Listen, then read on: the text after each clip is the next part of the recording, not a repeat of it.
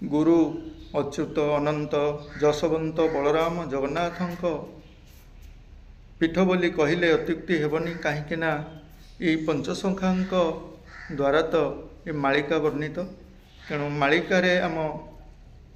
स्वयं प्रभु नारायण किपरि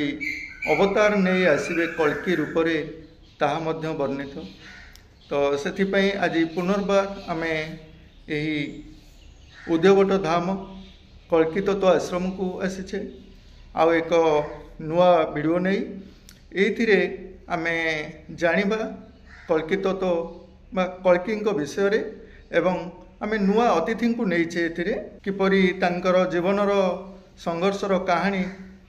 किछि अछि से विषय रे आमे जानिबा से किपरि सन्यास धर्म ग्रहण करथिले आउ कल्कि तत्व आश्रम को कहीं बाछिले। जगन्नाथ तत्व आश्रम विषय वस्तु उपरे जानिबा जार प्रतिमूर्ति देखुंट ये होती जगन्नाथ तत्व आश्रम भगवान दास होती धामर प्रतिष्ठाता। आसतु किसी आलोचना रखा ये विषय रे प्रथमे बाबा आपण परिचय टी रखिए आउ ये धाम विषय टी आलोचना करेंगे। जय जगन्नाथ, जय माँ बाक्यदेवी सारला। आमर परिचय पाख पार्श्व पारादीपगढ़ बालीडिया आमर जन्मस्थान। नाम हूँ डाकना रंजन बाबा। गुरुदेव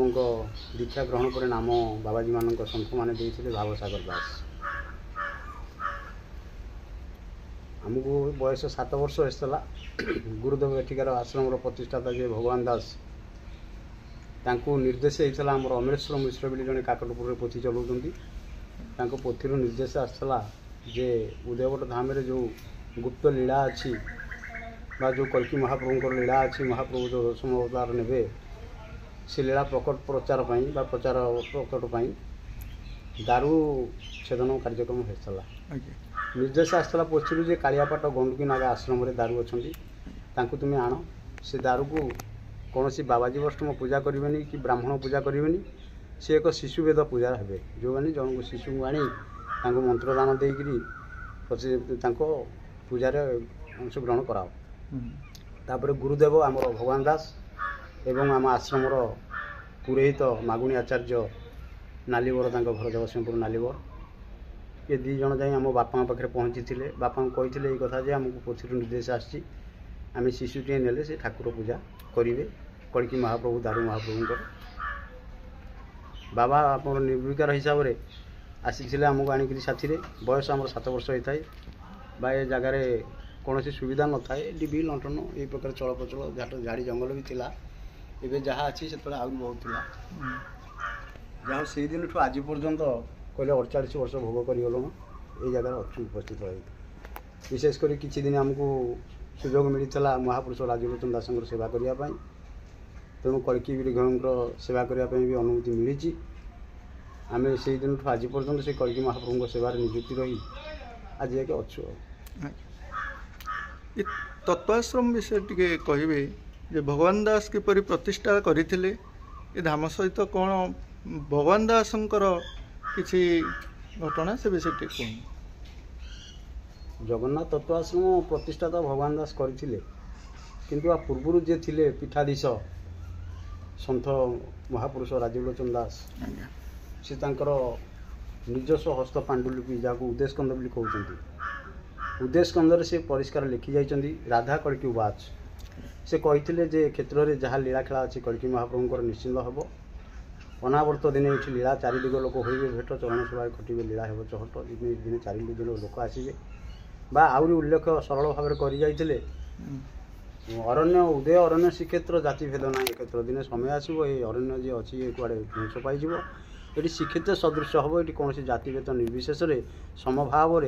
समस्त उच्च स्वर निश्चिंत प्रभु के लीला पुरुष अच्छा गुप्त से निश्चिंत प्रकाश हे जहाँद्वारा कि किसी समय पर लीला खेलार आविर्भाव अच्छी किसी समय आज्ञा आज्ञा तापर किसी समय पर प्रभु तांकर लीला काम जी भूमिका सारिकी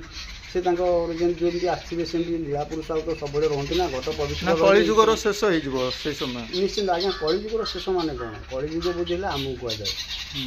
कलिजुग सेमती किसी न थाए तो कली आम भितर कौन केमती आमको जमती पुराण रे वर्णित अच्छी कली तीन पाद मागिले कि जो समय से बर्तमान कलीर विषय वस्तु आम पढ़ुचे सेटा सत्य मानिबा ना वर्तमान जो कथा आमको अच्युत लिखि जाइछन्ति सत्य अटे ना ना आज्ञा अच्युत जहाँ लिखि जाइछन्ति से ध्रुव सत्य किंतु महापुरुष एक भी कहते कली थाई हेब सत्य कहीं न पाइबंत जे कली जो चली ता भीतर सत्य प्रकाश हो सत्य केमती हम ना कली की ध्वंस करने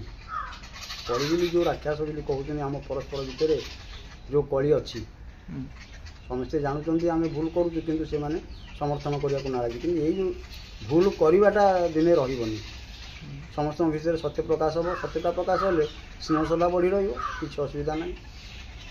यही संस्कृति ही जगन्नाथ आमको कहते कहीं ना गोटे छोट कथा जगन्नाथ महाप्रभु ये मंदिर में बसते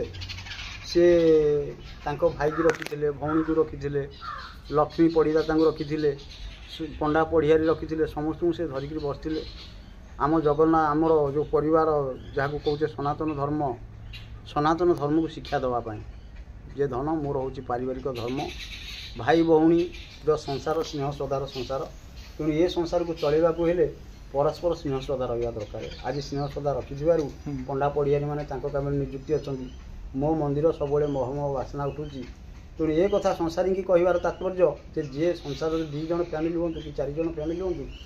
भितर से प्रकार स्नेह श्रद्धा रहा दरकार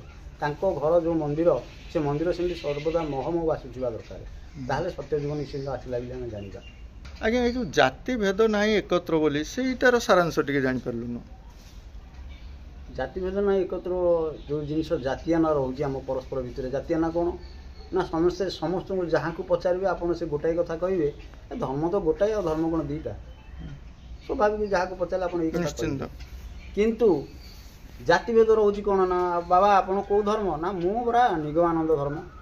बाबा आपन कौ धर्म ना मु हूँ जयगुरु धर्म मत पचारे बाबा आपन कौ धर्म आम सनातन जगन्नाथ धर्म यही जो अनेक धर्म हो तार जो क्रियाटा सृष्टि होगा कथा जमी 5 आंगुड़ी विधा एक हेल्ले गोटे विधा सृष्टि हुए तेणु अनेक धर्म हो क्रिया सृष्टि नहीं खेचेड़ी हो जाए तेणु क्रिया सृष्टि करने एकमात्र होती प्रभु से जो प्रभु अवर्तीर्ण हे संसार में आसवे